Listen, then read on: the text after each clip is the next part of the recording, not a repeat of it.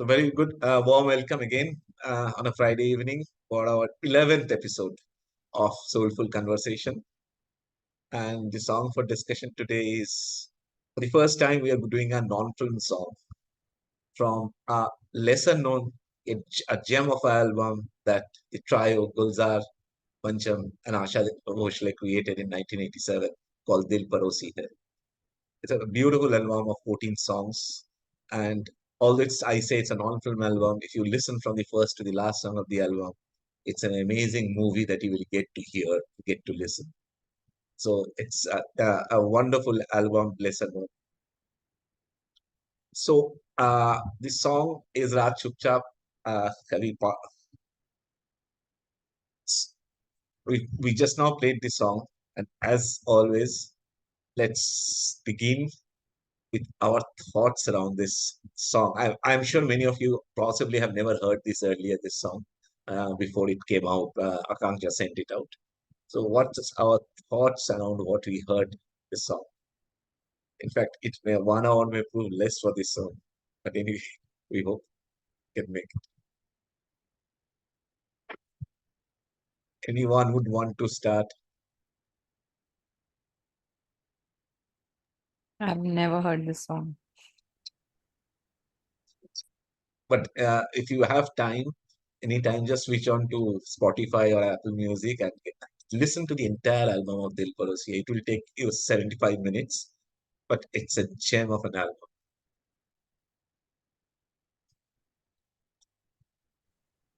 Could we? Yes. I know you have Yeah, heard this after the link went out. yeah. And I've been listening to it like since then. Hi, everyone. Jaya, so lovely to see you after so many soulful conversations. Um, Yeah. I think what really struck me is that maybe I haven't listened to the other songs in the album yet, but just the way, even before the music, you keep hearing the music that the night has of its own, of the various, you know, uh, insects, birds. I don't know, like it's that perfect ambience of the night that it creates, which acts like such a great prelude to what the song is about. And it made me feel that there's more to it probably in the album, and the way you're describing, I think I would tend to believe that probably there is a story, there is a narrative in all the songs that kind of weaves them together, for all of them to be in the album. But yes, I had never heard this, but loved listening to it and have been listening to it over and over again. Looking forward to the Pratik Tadka today. Really curious what this So Sumita, unveils. you are hearing now. How could we put pressure every time? This is not putting pressure. This is, you've already set the benchmark very high. So That's why I was quick to say I've not even heard this song because I knew the pressure is coming. Even I haven't heard this song at all, Pratik, and to be very honest, it was difficult for me to hear this. It was not rhyming enough for me to be able to hear it. So somehow I was curious about what is there, that it makes it difficult for me to listen to this song.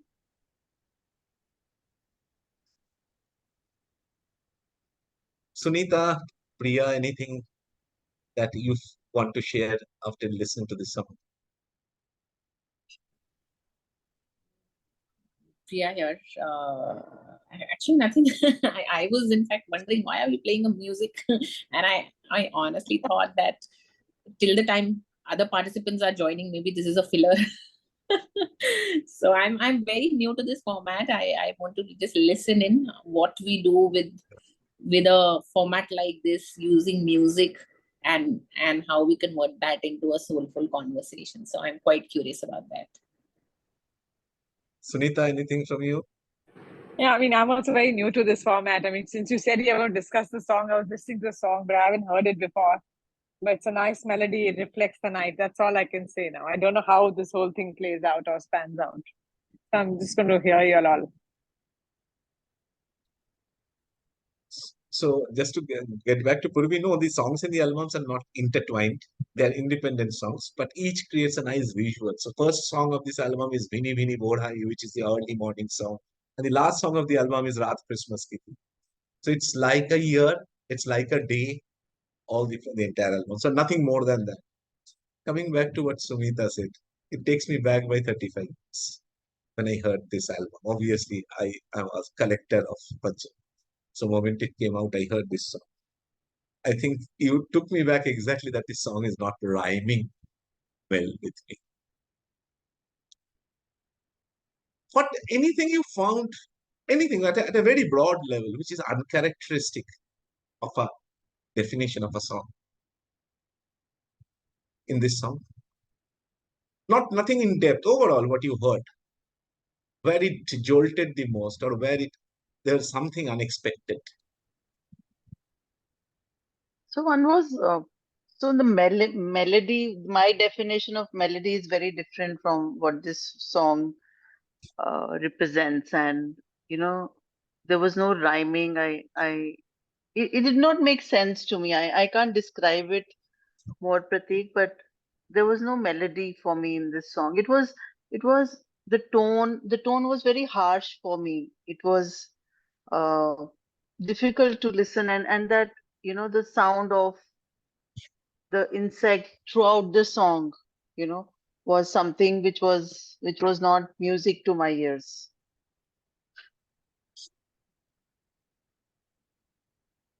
Anything else which was very uncharacteristic at a very structural level of the song? Very unusual. This song has something unusual at structural level. I couldn't We understand the mood and the theme of the song okay, also. okay, quite natural.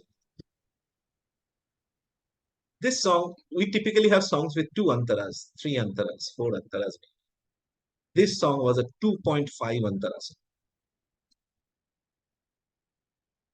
If you remember, Kash Ek Baar Kavi, uh, but the last antara suddenly fades off. Do you remember? And that's what first struck me when I heard this song. That's what happened. Why this song suddenly fades off, and the sound of crickets and owls and that water waves and that hollow flute comes in, and the song disappears. There's nothing beyond that. So the words that or the song ends with is काश एक बार कभी नींद से उठकर तुम हिजली की रातों में ये देखो तो क्या तुम करते हैं. And the song fades off from there. So this is a very unique song which has 2.5 antaras in it. So that's one very unusual part of this song. This song is talking about a lady or whoever, a person who has lost his companion in life. Whatever may the cause, maybe separation through death, separation through whatever, even if the other person is alive. So this song was okay from a musical or instrumentation part when I heard it, but fine, I couldn't realize beyond that.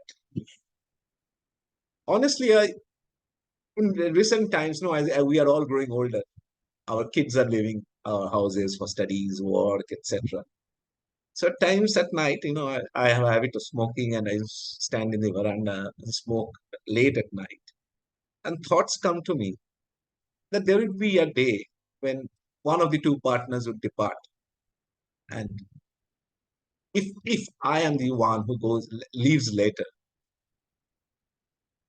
how this night will be all alone in the house, in this hour, at an age when I am not very mobile, when I am handicapped by my physical capabilities, and I don't have too many people to express myself. My companion has left. My kids aren't there. What will be the night like for me? How to pass a night which is approaching, to look forward to another day. That whole feeling, I could realize when I chose this song just like that, and I was going through again just to compile this, I it just stuck upon this usual feeling that I have at times when I'm night alone standing in the veranda and thinking this. And what Gulzar Saab writes in this song, if we go through the lyrics, since this song is not something which you have heard. रात चुपचाप दबे पांव चली आती है रात खामोश है रोती नहीं हंसती नहीं. It's talking about that night which is surreptitiously coming in that lady's life, who is completely alone. Possibly, let's assume her partner has left forever. रात खामोश है रोती भी नहीं हंसती भी नहीं. Night becomes so indifferent for us. There is no laughter, neither sorrow. We have gone beyond all that because I'm completely alone in this whole world in the darkness of night. So the eeriness of the night, as Sumita used the words, was the purpose to create the eeriness of the approaching night. And how beautifully it has been created to this through the sound of crickets, owls, and to show that from far across there is no one. That far off sound of waves and possibly a vessel passing through in the lonely dark waters of night, which is me, is coming up even before music comes up. How beautifully Pancham creates that eeriness of a lonely lady whose partner has gone forever, and she is battling uh, the trials and tribunals of life all alone. How to spend another night without a hope for tomorrow. And every night is like that. So that whole feeling is brought up through the use of that eeriness in the music. It is dark music. There is hollowness, there is dryness in this whole music. And possibly that's the reason Sumita was saying that it sounded little unusual in its melodic structure. And that was the purpose of doing it. Any thoughts with this prelude of this background? Any thoughts that anyone else wants to share? And now that I'm listening to the whole context and the way you're putting it across and what Sumita said, I also wanted to say that, but now the word is coming to me, tasteless. The song was tasteless for me. It could not bind me. It did not inspire me to hear more.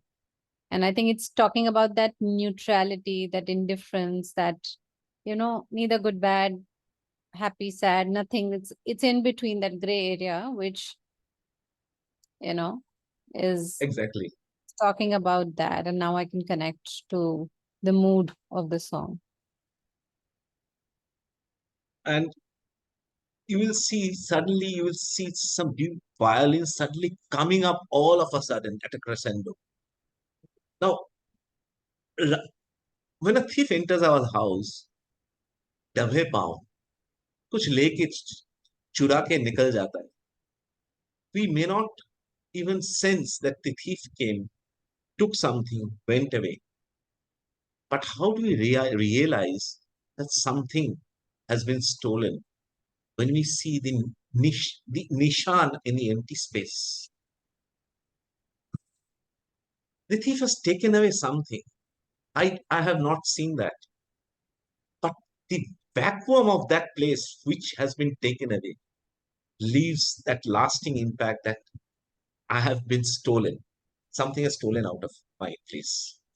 So if you look every time the song, when रात चुपचाप दबे पांव चली जाती है, and रात खामोश है रोती, moment it comes, that nishani of the emptiness, the whole violin crescendo comes up.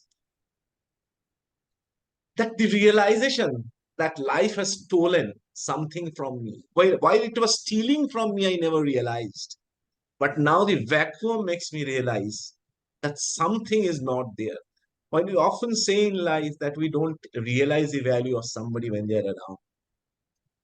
But I never realized when my mate was around. But when he is no longer around, the vacuum is making me realize that he was there. So if you go through the poetry as such, it's okay, it's as flat poetry, but what the orchestration does is phenomenal in this song. And I'll take you through each of the orchestral ways that those emotions are coming in. If you want, you can hear, and I tell you, this song will grow on you over a period of time. It will never be same thing happened when I heard first time. Suddenly it faded off. It was little uncanny in its tunes. It was little eerie and all that, but it was all done on purpose. So if you look at this song, before I again go back and play the song the way I do, there are a few characters in this song. There's a character which is my inner thoughts and turmoil. And that character is being played by an instrument called violins. There is a halt of time. Time has halted for me. Time doesn't move for me. And that is played by an instrument called glockenspiel, which is constantly, I'll show you how time has halted is being depicted in this music. The tabla is the passing away of physical time. Time is passing away, and that's what tabla does, the physical clock. You will hear the ghungru and tambor in the other character, which is constantly harping in the same monotonous tone as again Sumita was saying. There's something which is eerie, awkward. It is playing throughout the song. The ghungru keeps playing on. That's the monotony in the life of that lady. And every time you hear the guitar, it is actually the night which is surreptitiously coming. The guitar is reflecting after all these thoughts. When the night again comes and hits her, it's the guitar strings. And then there's a beautiful use of a thing called pan flute. It is many flute bound together and played like a mouth organ, which is the inner wailing of the lady, the hollowness, which we wail. We don't cry always. When these things happen, these feelings happen, we don't sit and cry. We wail within ourselves. And that wailing is so beautifully depicted by the flute. So these are some of the characters I could identify while actually listening to this song and preparing for this session. 6 prominent characters were creating this visual. Anything, Purvi, Sumita, you would want to? How do you identify these characters, Pratik? It's my interpretation of the flow of the song. So when I say, okay, one is the instrument part, but how this instrument is being played and what it is causing to me, it can be little different to you also. You may come up with a little different inter. I'm not saying it's universally right. I'm saying to me, when I listen to this song, there are 6 characters who are playing out there. And each is, and they're contradicting to each other. When the glockenspiel plays, it is like time has halted, and suddenly comes in the violins, which shows my thoughts have not. For me, the world has come to a halt, but the thoughts have not. And then the inner wailing, when it comes, when I start thinking, the beautiful pan flute that comes and creates that inner wailing reflects. So I'm wailing from inside, and then the night again comes in and hits me back. I am again worried about the eeriness, the darkness, the hollowness of spending another 8 hours, 10 hours of night all alone on this earth. So that's how it's. And this characterization I did while preparing for this. Last 3 days I have heard this song 60 times maybe. Today I heard it before the session almost 8 times. And still I was discovering things about this song. So anything Purvi, Sumita, you'd want to add?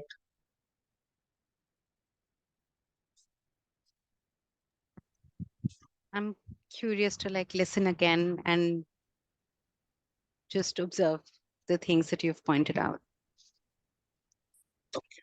So I'll play the way I do now with the texts, with the stoppages.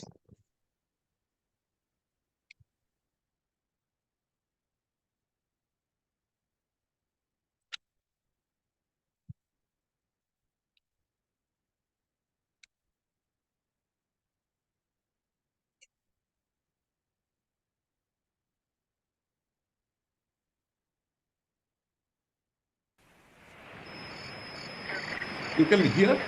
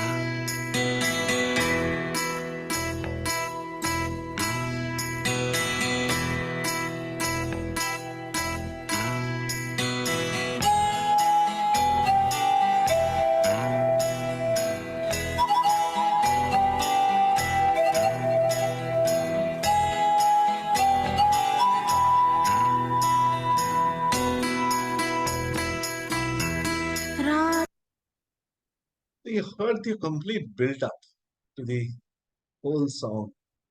The eeriness of the night comes in. Then that monotony of the ghungroo, and you listen carefully, if you listen very deeply, as I said, headphones are helpful. This ghungroo and tambourine keeps constantly playing in the same note, which is the monotony of a life. And then the guitar strings, the night slowly is emerging. Moment night is emerging, the pan flute comes in, which is actually that hollowness, the dread of the night. It's a bamboo flute which is being played, which is depicting the hollowness within the lady.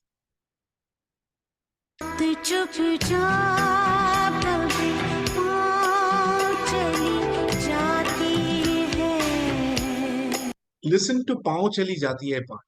Every time it is different. When the ornamentation is on Paun, the Jati is so ornamented. So no "Paun Chali Jati Hai" is same. It every time depicts a different emotion.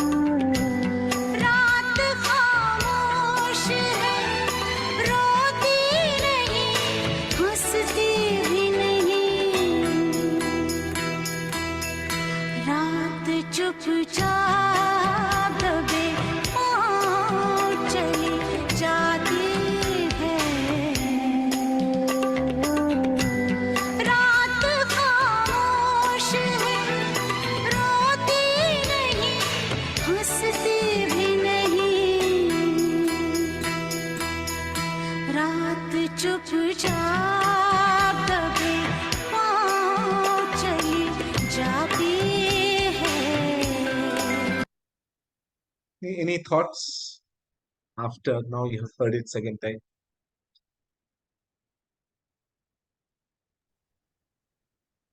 With the context, Pratik, it is easier to listen to this song now. It seems easier. And anything from Sunita?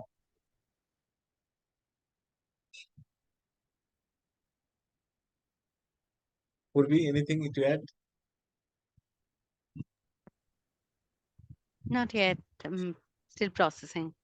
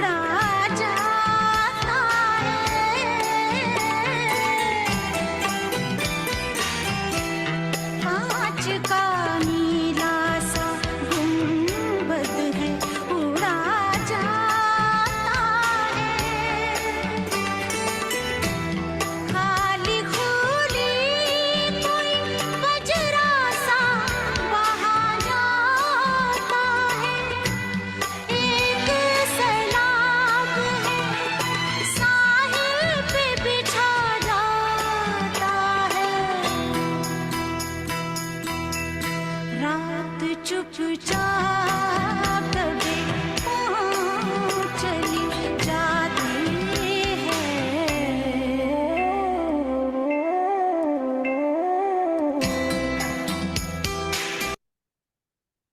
If you listen to the first antara, it's talking about कांच का नीला सा गुंबद है उड़ा जाता है, पाल खोले कोई बजरा सा बहा जाता है, एक सैलाब है साहिल पे बिछा जाता है. So this is the first two lines is all about the external metaphors of the external world. कांच का नीला सा गुंबद है. Any idea what Gulzar Saab is trying to talk about here? कांच सा नीला सा गुंबद उड़ा जाता है. कांच सा नीला सा, the ocean. कांच सा नीला सा gumbad. When the waves are coming, it's forming like a gumbad, the white waves on the blue ocean. उड़ा जाता है. ये पाल खोले कोई बजरा सा बहा जाता है. So my life is like a पाल खोल दिया जो बजरा. Now it is directionless. So there's a huge wave which has hit me. मेरा पाल खोल गया. And I'm directionlessly floating on the ocean. So beautifully representing the ocean. And then you see the violins come in because now she is talking about the eventuality. एक सैलाब है साहिल पे बिछा जाता है. That's the outcome of what has happened. So you see how Pancham creates the tempo in the first two lines of the Antara, and then the violins comes up to really create the ultimate impact of that external world on the lady.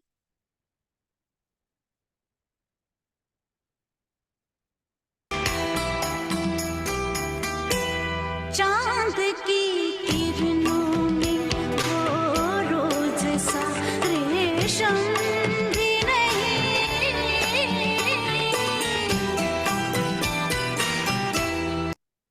You see the singing of Asha ji also. She is stretching a lot on the words. One of the interpretations for me is she is lonely alone. ये thoughts भी खत्म हो जाएगा तो आगे what remains of the night? Let me stretch it also to pass the night, pass the time. So the notes are prolonged because as long as I'm with these thoughts, I have something to do. Beyond that is the eeriness, the darkness, the crickets, the owls,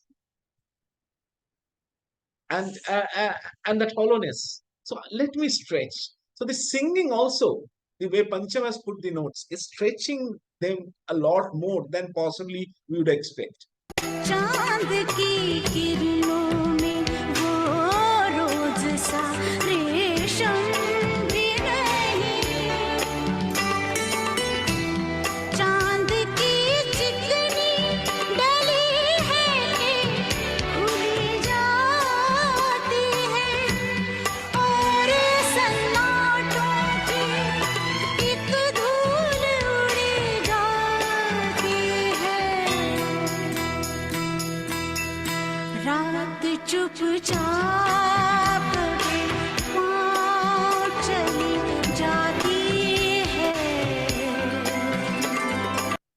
This interlude, you listen a lot more of violins and comes a cello and the violas, which is little prolonged because we are now reaching to the climax. And I'll later tell you after this the climax and what Pancham has done here.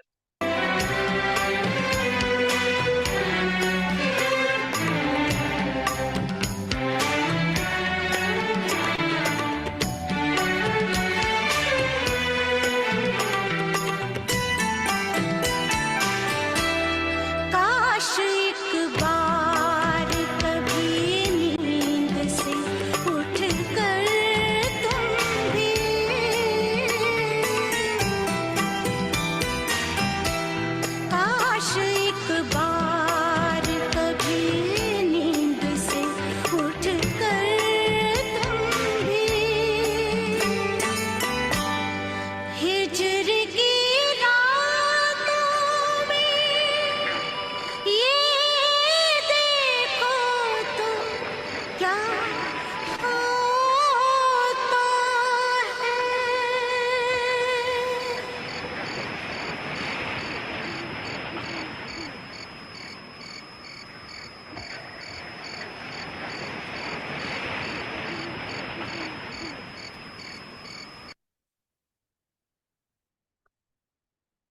Any thoughts after listening to the song again now? Is there also a slight wailing of her at the end? Is that sorry? Is there a slight, like, is there a sound of her like wailing along with the sounds of the crickets at the end? As No, if like, her voice stopped. okay. हिजड़ की रातों में ये देखो तो क्या होता है.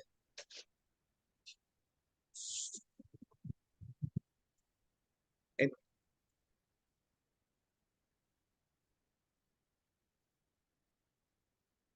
I think for me, with all the, like the way you have been able to draw the connections to the instruments and a possible theme and context, I think for me the song also speaks a lot about what's going on inside her. The waves possibly are also the emotions that she's referring to, which is inside her, can be referring to the metaphors that are more external, but somewhere it felt like she's describing her emotion, she's describing the pace of her life, she's describing um, the pain and the loneliness. I mean, with the context that you provided, I think it fits better. But even if we were to look at any other context, I think it's it's an expression of her loneliness and emotions for me in the way I have heard it so far. and also possibly a strong aspect of fear, from fear, not that it's from ghosts, or some fear of having to spend or handle life all alone.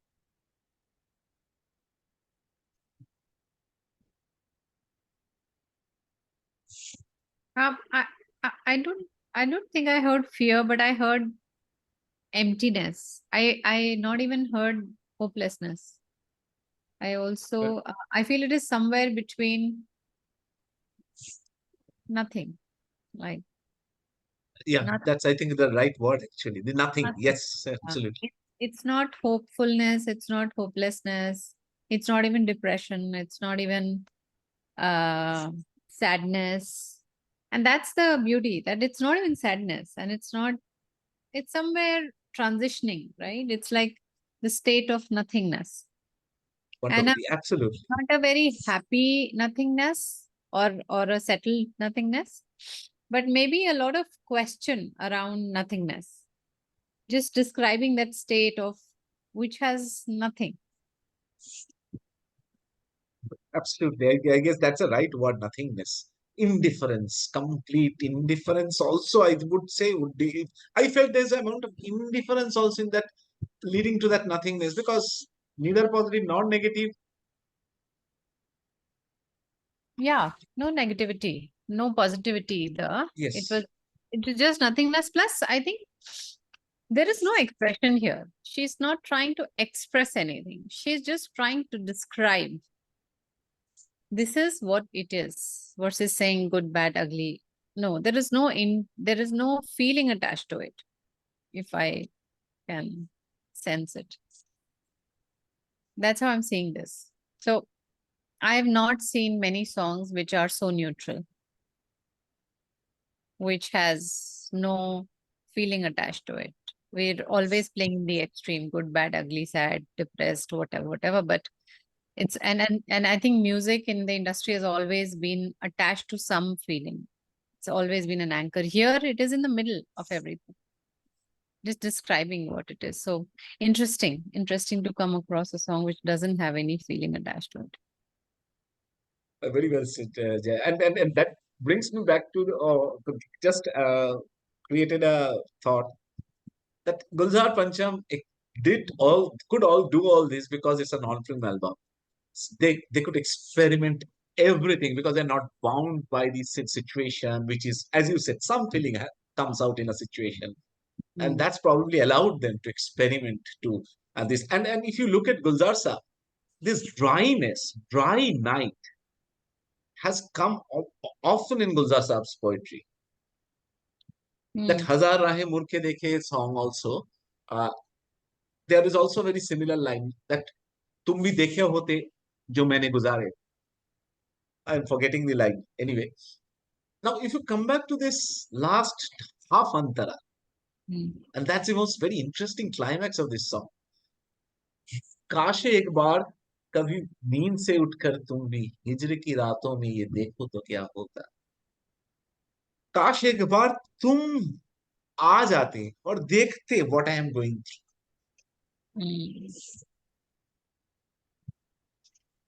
एक बार उठ के देख तो लो मेरी जिंदगी में क्या गुजर रहे.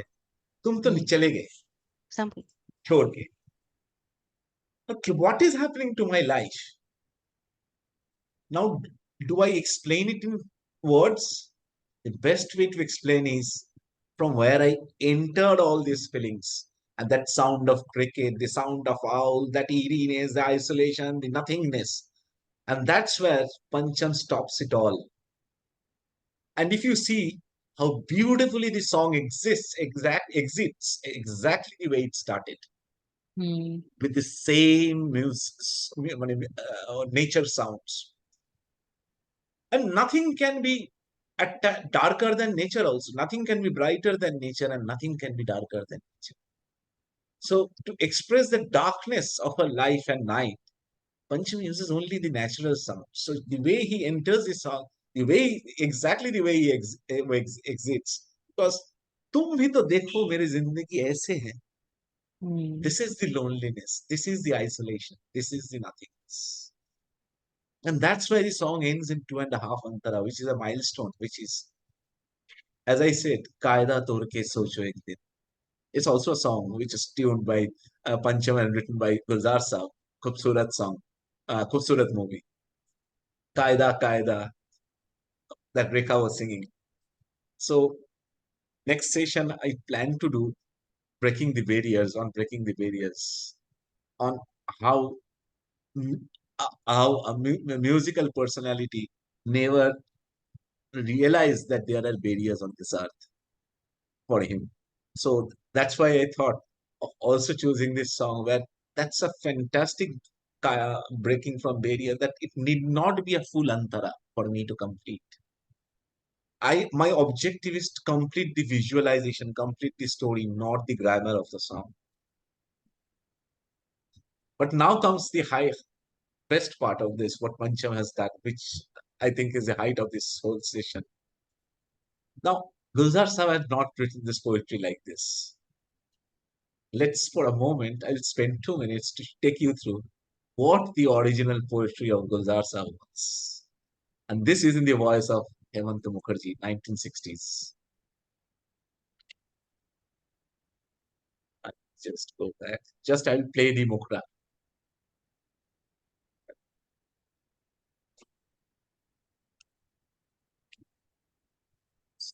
How do I remove this top screen?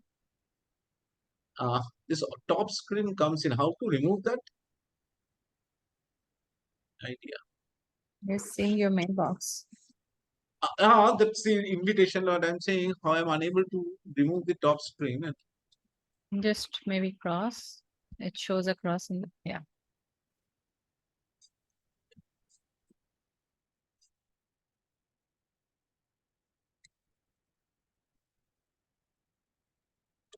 The other screen. Just let me go to that screen and yes.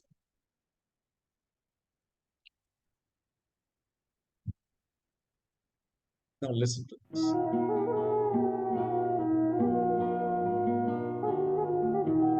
काश एक बार कभी नींद से उठकर तुम भी हिजर की रातों में ये देखो तो क्या होता. होता है काश एक बार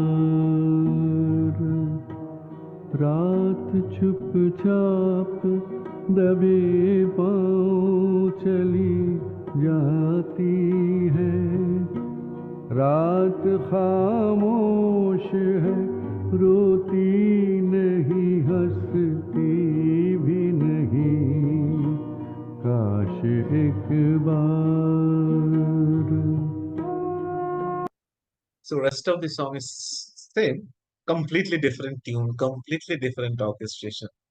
Gulzar Sahib's poetry was Kash Ek Baar. That's how the Gulzar Sahib's poetry starts. What Pancham did is he moved the past Mukhra out and he kept the Mukhra as a half antara at the end to bring it to the climax. कि तुम भी तो जिंदगी में कभी आके देखो मैं कहाँ से गुजर रहा हूं. And that's where he exits the song.